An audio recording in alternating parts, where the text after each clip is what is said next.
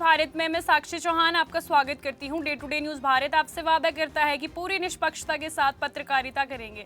हमारा कोई भी पत्रकार किसी से कोई उपहार या विज्ञापन स्वीकार नहीं करेगा और ना ही किसी को ब्लैकमेल करेगा। हम समाज के दबे कुचले लोगों की आवाज बनेंगे।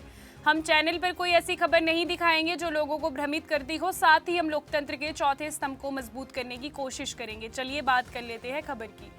हरिपुर धार के समीप हुए दर्दनाक निजी बस घटना में घायलों का हाल जानने प्रदेश अध्यक्ष एवं रेणुका विधानसभा क्षेत्र से विधायक विनय कुमार शनिवार को सिविल अस्पताल राजगढ़ पहुंचे। इससे पहले वे घायलों से मिलने के लिए सोलन अस्पताल भी पहुंचे।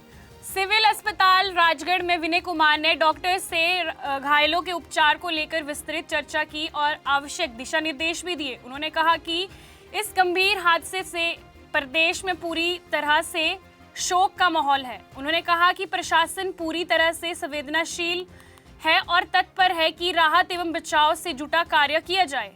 घायलों को किसी भी प्रकार की कमी ना हो, उनके लिए अच्छी चिकित्सा सुविधाएं उपलब्ध करवाई जाए। प्रदेश अध्यक्ष विनय कुमार ने बताया कि इस दुखद घटना में अब तक लगभग 14 लोगों की मृत्यु हो चुकी है, जबकि कई यात्री घायल हुए हैं।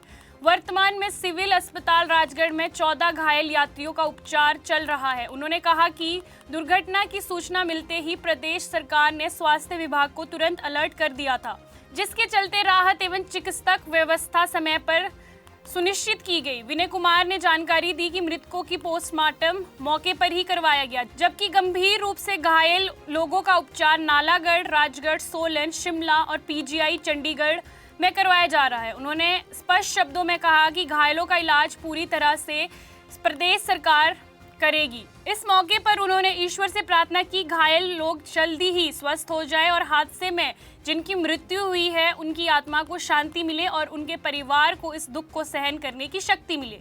इस दौरान राजगढ़ के डीएसपी और अन्य लोग भी वहां पर शामिल हुए। बहुत दुखद हादसा जो कल हरिपुर में घटित हुआ है। उस बस में वो बस शिमला से कुफरी जा रही थी और अचानक हरिपुर के नज़दीक क्योंकि -डिग्री टेम्परेचर रहता है तो उसमें बस स्लिप कर दी और गहरी खाई में गिरी, जिसमें अभी तक 14 कैजुअल्टीज़ हुई है और कुछ लोग उपचार के लिए राजगढ़ में हैं, कुछ सोलन में हैं, कुछ एमएमई में हैं और कुछ लोगों को आईजीएमसी शिफ्ट किया, कुछ लोगों को पीजीआई किया गया और कुछ नाहन हॉस्पिटल में भी है। तो हम अभी सभी का हाल जान के सोलन से आए हैं और राजगढ़ हॉस्पिटल में भी यहाँ 12-13 लोग एडमिट हैं, तो उनसे भी हम सबसे मिले हैं, तो सभी लोग स्टेबल हैं। सरकार ने उसी टाइम प्रशासन को लाइन अप कर दिया था और सभी लोकल लोगों की भी बहुत हमारे को सहायता मिली।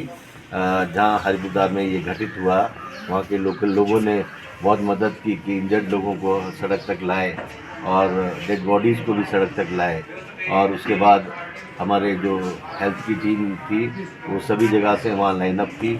डिस्ट्रिक्ट हेडक्वार्टर से सारी टीम और मेडिकल कॉलेज से आ गई थी और सभी जो मृतक लोग थे उनके पोस्टमार्टम स्पॉट पे किए गए और सभी लोगों की सहायता से और एम्बुलेंस की सहायता से वहाँ से लोगों को रेफ़र भी किया गया और साथ ही में प्रशासन ने फौरी राहत भी उसी समय जारी कर दी गई।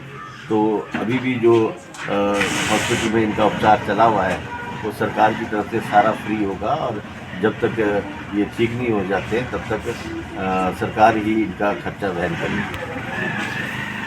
शिमला से अनीश चौहान की रिपोर्ट। अभी के लिए फिलहाल इतना ही। देश दुनिया की तमाम खबरों के लिए day to day news Bharat को देखते रहे। साथ ही हमारे चैनल को लाइक, शेयर और सब्सक्राइब करना ना भूलें। नमस्कार।